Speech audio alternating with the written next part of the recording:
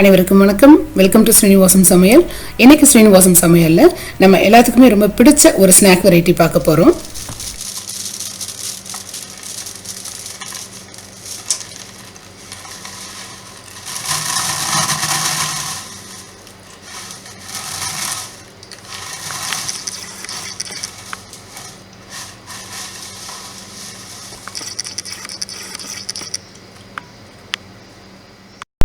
அதுதான் ஓமப்பொடி.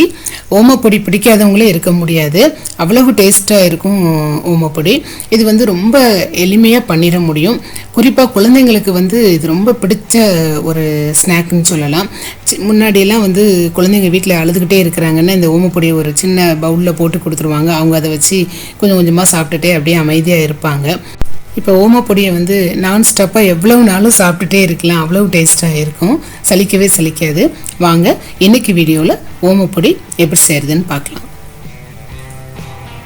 இப்போ ஓமப்பொடி செய்கிறதுக்கு நம்ம ஓம வாட்டர் வீட்டிலையே தயாரிக்க போகிறோம். அதுக்கு 1 டேபிள் ஸ்பூன் அளவுக்கு ஓமம் எடுத்துக்கோங்க. அதை இந்த மாதிரி ஒரு சின்ன உரலில் போட்டுக்கோங்க. இது நம்ம கொஞ்சமாக தான் இடிக்க போகிறோம், அதனால் நம்ம மிக்சியில் போட முடியாது. அது கூடவேவும் ஒரு பெரிய பல்லு பூண்டு இந்த மாதிரி சேர்த்துக்கோங்க. இப்போ இதை ரெண்டையும் நல்லா இடிச்சிருங்க ஒரு உரலில் வச்சு. இப்போ இந்த மாதிரி பதத்துக்கு நீங்கள் நல்லா இடிச்சுக்கோங்க. வாங்க ஓம வாட்டர் தயார் பண்ணிடலாம். இடித்து வச்சு அதை ஒரு சின்ன பவுலில் எடுத்து வச்சுட்டு அது கூடவேவும் 2 கப் அளவுக்கு சுடுதண்ணி ஊற்றிக்கோங்க. இது இப்படியே ஒரு 10 நிமிஷம் வரைக்கும் இருக்கணும். இதை மாதிரி நல்லா கலந்து விட்டுருங்க. இந்த மாதிரி இருக்கிறதுனால இதில் இருக்கக்கூடிய எசன்ஸ் எல்லாமே அந்த சுடு தண்ணியில் நல்லா இறங்கிரும். ஒரு 10 நிமிஷத்துக்கு அப்புறம் நம்ம இதை மாவில் சேர்த்துக்கிடணும். இப்போ இது இப்படியே இருக்கட்டும். வாங்க ஓமப்பொடிக்கு மாவு கலந்துடலாம். அதுக்கு நான் 2 கப் அளவுக்கு கடலை மாவு எடுத்துருக்கிறேன். இது 1/2 கிலோ அளவு. இதை ஒரு பாத்திரத்தில் போட்டுக்கோங்க. இப்போ இது கூடவேவும் 1/2 கப் அளவுக்கு அரிசி மாவு எடுத்துக்கோங்க. அதாவது இது 125 கிராம். நீங்கள் எந்த கப்பில் கடலை மாவு அளக்குறீங்களோ அதே கப்பில் அரிசி மாவும் எடுத்துக்கோங்க. அதையும் கூட சேர்த்துருங்க. இப்போ இது கூடவேவும் தேவையான அளவு உப்பு சேர்த்துக்கோங்க. இப்போ நம்ம ஓம வாட்டர் 10 நிமிஷம் ஆயிடுச்சு. இந்த ஓம வாட்டரை ஒரு ஃபில்ட்ரு வச்சு இந்த மாதிரி வடிகட்டிக்கோங்க. இதோடு அப்படியே சேர்த்தோன்னு சொன்னான்னா நம்ம ஓமப்பொடி பிழியிறப்ப அடைச்சிக்கிடும் அந்த ஹோல்ஸில். இந்த மாதிரி வடிகட்டிக்கோங்க. இப்போ இந்த தண்ணியை மாவு கூட கலந்துக்கிடணும்.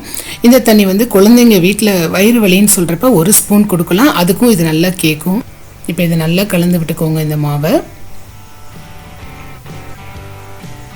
இப்போ கொஞ்சம் கொஞ்சமாக சேர்த்து கலந்துக்கோங்க.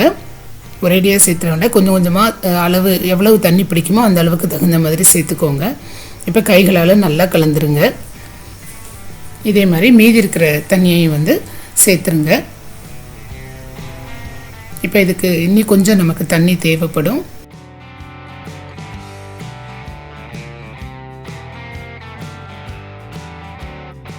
இடியாப்ப மாவு பதத்துக்கு நம்ம இந்த மாவை பிசைஞ்சுக்கிடணும். இப்போ இது கூடவேவும் 1 டேபிள் ஸ்பூன் அளவுக்கு வெண்ணெய் சேர்த்துக்கோங்க. இந்த மாதிரி வெண்ணெய் சேர்க்கறதுனால ஓமப்பொடி நல்லா வாசனையாக நமக்கு கிடைக்கும், நல்லா மொறுமொறுப்பாகவும் இருக்கும். அதையும் சேர்த்துட்டு கைகளால் நல்லா பிசைஞ்சிருங்க இந்த கடலை மாவை. இப்போ பாருங்கள் மாவு பிசைஞ்சாச்சு. இந்த மாதிரி பதத்தில் மாவு இருக்கணும். உங்களுக்கு கைகளில் லேசாக ஒட்டுதுன்னு சொன்னான்னா லேசாக மேலே எண்ணெய் தடவிக்கோங்க, ஒட்டாது. இப்போ நம்ம ஓமப்பொடி பிழிய ஆரம்பிச்சிடலாம். இடியாப்ப அச்சு இந்த மாதிரி இருக்கும் இல்லையா, அதை எடுத்துக்கோங்க. எடுத்துட்டு கொஞ்சமாக மாவு எடுத்துட்டு இந்த மாதிரி இடியாப்ப உரல்ல அதை நிரப்பிட்டு இதை மூடிடுங்க. மூடிட்டு இப்போ எண்ணெயில் பிழிய ஆரம்பிச்சிருங்க. எண்ணெய் நல்லா சூடாக இருக்கணும். அப்புறமா நீங்கள் பிழியிறப்ப தண்ணில் நல்லா சிம் பண்ணி வச்சுக்கோங்க. உடனே இது கருகிடக்கூடாது. இப்போ இந்த மாதிரி ரொம்ப பார்த்து கவனமாக பிழிஞ்சுக்கோங்க. எவ்வளவு எண்ணெயில் பிடிக்குமோ அந்த அளவுக்கு நீங்கள் ஓமப்பொடியை பிழிஞ்சுக்கோங்க. ரொம்ப அதிகமாக பிழியக்கூடாது. இப்போ பாருங்கள் ஒரு ஈடு நம்ம போட்டோம். இதில் இந்த மாதிரி பபுள்ஸாக வருது பார்த்தீங்களா, இந்த பபுள்ஸ் எல்லாமே இந்த மாதிரி கொஞ்ச நேரத்துலேயும் கம்ப்ளீட்டாக நின்றும். அதுக்கப்புறமா இதை திருப்பி போட்டுக்கோங்க இன்னொரு பக்கமும் வேகிறதுக்கு. இந்த பபுள்ஸ் எல்லாம் கம்ப்ளீட்டாக நின்ன உடனேவும் நம்ம எடுத்துடலாம். ஓமப்பொடி ரெடியாக இருக்கும். இப்போ பாருங்கள் பபுள்ஸ் எல்லாம் நின்றுச்சு, நம்ம எடுத்தாச்சு ஓமப்பொடியை. பாருங்கள் சூப்பராக ரெடி பண்ணிட்டோம் ஓமப்பொடி. இப்போ ஒரு ஸ்டீல் வடிகட்டி வச்சு இந்த மாதிரி எண்ணெயை சுத்தம் பண்ணிக்கோங்க. அதே மாதிரி இன்னொரு ஈடு வந்து இந்த மாதிரி ஊற்றிக்கோங்க. ஊற்றிட்டு எடுத்துருங்க எல்லா மாவையும் பிழிஞ்சு. இப்போ பாருங்கள், நம்ம சூப்பராக ரெடி பண்ணிட்டோம். ஓமப்பொடி ரொம்ப அழகாக வந்துருந்துச்சு. நான் டேஸ்ட் பண்ணி பார்த்துட்டேன். ரொம்ப மொறுமொறுப்பாக வந்திருந்தது. நம்ம ஓம வாட்டர் வீட்டிலே தயார் பண்ணி சேர்த்ததுனால ரொம்ப நல்ல வாசனையாக இருந்தது. இப்போ பாருங்கள், உங்களுக்கு சவுண்ட் நல்லா கேட்கும்னு நினைக்கிறேன். இப்போ நம்ம ரொம்ப எளிமையாக ரெடி பண்ணிட்டோம் வீட்லேயும் ஓமப்பொடி. கண்டிப்பாக இந்த ரெசிபியை நீங்கள் ட்ரை பண்ணுங்கள். மறக்காமல் ஸ்ரீனிவாசன் சமையலுக்கு சப்ஸ்கிரைப் பண்ணுங்கள்.